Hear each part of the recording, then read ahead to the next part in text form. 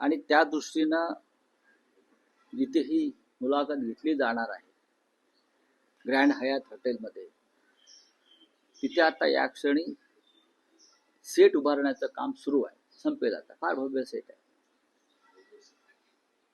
त्याचे तुम्हाला वाटल्यास फोटो पाठवतो, देतो. ती तयारी सुरू आहे. दोन नेते एकत्र येत आहेत, दोन भाऊ सुद्धा एकत्र येत आहेत आणि त्यांना आम्ही असं ठरवलंय की मुंबई आणि महाराष्ट्राच्या विकासासंदर्भातच त्यांच्याशी चर्चा करावी. बाकी राजकारणाचे प्रश्न विचारायला भरपूर वेळ आहे नंतर, पण मुंबईसह महाराष्ट्रातल्या लोकांना काय हवं आहे आणि तुम्ही काय देणार आहात, आपण काय देणार आहात, या संदर्भात सकारात्मक आणि विधायक चर्चा या मुलाखतीतून यावी अशी माझी आणि माझ्याबरोबर जे मुलाखत घेणार आहेत महेश मांजरेकर त्यांची भूमिका आहे. महेश मांजरेकर हे जरी फार मोठे कलाकार, निर्माते, दिग्दर्शक असले तरी ते आज एक मुंबईकर म्हणून मुलाखतीला बसणार आहे. एक मुंबईकर आणि मुंबईकरांच्या ज्या अपेक्षा आहेत त्याविषयी ते दोन्ही नेत्यांना प्रश्न विचारतील. ही मुलाखत नक्कीच जास्तीत जास्त लोकांपर्यंत पोहोचेल याची मला खात्री आहे.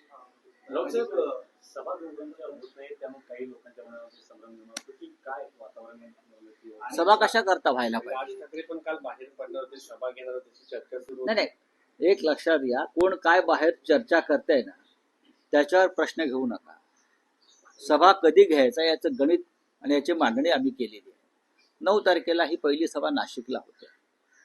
त्यानंतर माननीय उद्धव साहेब संभाजीनगरला जातात. आम्हाला माहिती आहे सभा कधी घ्यायच्या आणि कशा प्रकारे घ्यायच्या. मुंबईमध्ये मैदान अडवून ठेवलेलं आहे, तो वाद सुरू आहे. म्हणजे शिवसेना किंवा मनसेच्या महायुतीला सभा घेता येऊ नये या राक्षसी हेतून बरं का मैदानांवरती दगड ठेवले, म्हणजे उगाच. तर त्याच्यावरती आता आमची चर्चा सरकारची नाही. स्थानिक लेवलला कार्यकर्त्यांचं मनोमिलन शिवसेनेबरोबर जे झालंय त्यातून सर्वत्र आम्ही एकत्र काम करतो आहोत. उद्धव साहेबांचे पहिल्यापासून एक त्यांच्या कामाची पद्धत आहे, सभा घेण्यापेक्षा शाखांपर्यंत पोचावं आणि प्रत्येक शाखेच्या बाहेर एक लहानशी सभा होतेच आहे. लोक जमत आहेत, अधिक लोकांपर्यंत पोहोचून संवाद साधावा हे त्यांचं पहिल्यापासूनचं धोरण आहे. मुंबईमध्ये एकच अतिविराट सभा घ्यावी याच्यावरती आमचं एकमत आहे. राऊत साहेब, आता प्रचार सुरू झालेला आहे. अजूनही दोन्ही ठाकरेंचे अपक्ष बंडखोर रिंगणात आहेत. कारवाई अजूनही होताना दिसत नाही. अनेकांवर कारवाई झालेली आहे. अजिबात दिरंगाई नाही. दिरंगाई कशाला होईल? परवा आम्ही कारवाई केली नाही, एक यादी आली, अजून एक यादी येईल. होणार. प्रत्येक बंडखोराला अजूनही बंडखोरांना समजवण्याचे प्रयत्न सुरू आहेत. ज्यांनी स्वतःला बंडखोर म्हणून घोषित केलेला आहे ते सर्व शिवसेनेचे कडवट निष्ठावंत कार्यकर्ते आहेत. त्यांच्या डोक्यातला थोडासा कचरा निघून गेला, राग निघून गेला की ते हळूहळू मागे घेतील अशी आम्हाला खात्री आहे. तुम्ही म्हणतात की ठाकरे बंधूंच्या युतीमुळे कार्यकर्त्यांमध्ये खाली मनोमिलन झालं आहे, पण तुम्ही म्हणाल हा तुमच्या पक्षाचा विषय नाही, पण मनसेत त्याचे पडसाद उमटू लागलेले आहेत. त्यांचे एक माजी नगरसेवक संतोष धुरी हे काल भाजपत मुख्यमंत्र्यांना भेटले आणि त्यांचा आज भाजप प्रवेश होतो आहे. मनसे अंतर्गत नाराजी आहे या सगळ्या. हे सगळ्यात पक्षात झालेलं आहे. काय फक्त महाराष्ट्र नवनिर्माण सेनेत झालंय का? तर नाही. तुम्ही निष्ठावंत वगैरे कालपर्यंत मिरवत होतात, पण तुम्हाला उमेदवारी मिळाली नाही म्हणून तुम्ही पक्षांतर करतायत. आणि पक्षांतर कुठे करताय? की जे मुंबई आणि महाराष्ट्राचे शत्रू आहेत, दुश्मन आहेत असं घोषित केलंय मराठी जनतेने. तुम्ही त्या मोगलांच्या तंबूत जात आहात. तुम्ही औरंगजेबाच्या तंबूत जाताय. औरंगजेब त्यांचाच आहे, कारण गुजरातला जन्माला आलाय तो. त्याच्यामुळे औरंगजेब हे त्यांचं निशाण आहे भाजपवाल्यांचं.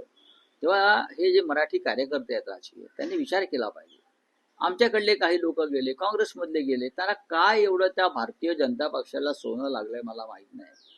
किती जणांना पैसे देणार ते आहे? भ्रष्टाचाराचा पैसा तुमच्यापर्यंत पोहोचेल, पण तुमच्या पुढल्या पिढ्या त्याच्यामुळे सुखी होणार नाही, लक्षात घ्या. जर महाराष्ट्र सुखी राहिला तर तुमच्या पुढल्या पिढ्या सुखी राहतील. संतोष दुरी बोलत असताना शेजारी आज संदीप देशपांडे देखील होते, आज शिवाजी पार्क.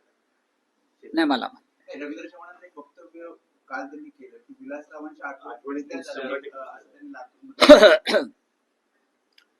त्यांना शिवाजी महाराजांच्या आठवणीही पुसायच्या आहेत या भारतीय जनता पक्षाला.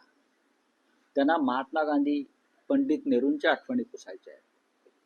त्यांना शिवसेना तोडून किंवा विकत घेऊन बाळासाहेब ठाकरे हिंदू हृदय सम्राटांच्या आठवणी पुसायच्या आहेत.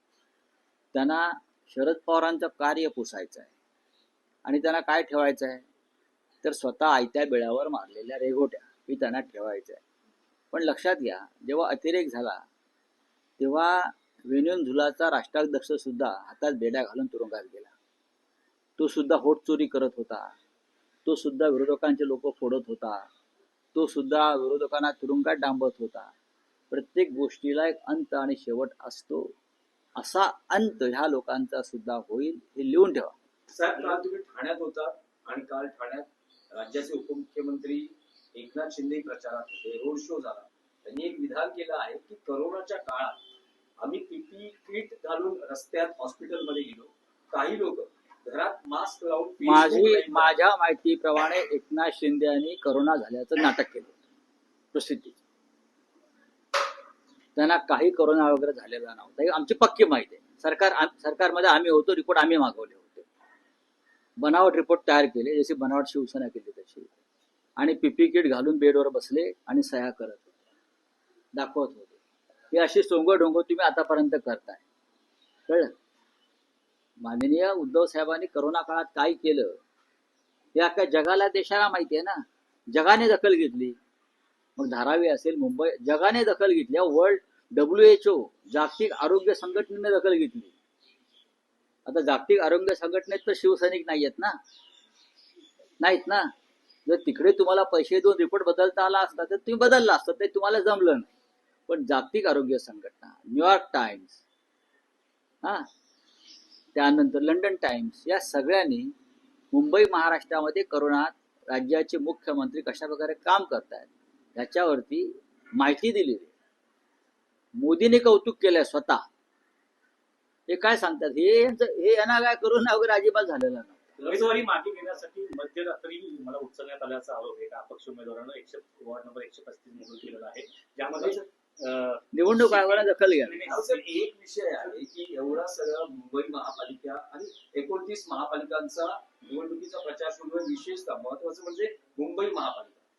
मी असं म्हणाल का हा आमच्या पक्षाशी संबंधित विषय नाही, पण महाविकास आघाडीतला तुमचा मित्र पक्ष सध्या काँग्रेस आहे कुठे, अशी एक राजकीय वर्तुळात चर्चा आहे. नाही, काँग्रेस तर आमच्या नव्या आघाडीत नाहीये. नाही, पण प्रचारामध्ये जो गाजावाजा जे ठाकरे बंधूंच्या युतीचं दिसतंय, बीजेपी शिंदे शिवसेना दिसतंय, तर प्रचारातून थोडस आता हा प्रश्न तुम्ही काँग्रेसच्या नेत्याला विचारायला पाहिजे. राजकीय नेते आणि तुमचे एक म्हणजे महाविकास काँग्रेस जेवढी प्रचारात नसेल तेवढा आम्हाला फायदाच आहे ना. हे काही ठरलेलं आहे. बोले हिंदी में क्या, हाँ बोले हिंदी में क्या है, हिंदी में क्या है, क्या है. कल रोड शो थाने में हुआ, उसमें मुख्यमंत्री एकनाथ शिंदे प्रचार के दरमियान जो है ठाकरे बंधु के ऊपर टिप्पणी. और क्या कर सकते हो, उनके पास और है क्या. जब तक वो ठाकरे बंधुओं के ऊपर टीका टिप्पणी करेंगे तब तक उनको भारतीय जनता पार्टी में महत्व मिलेगा.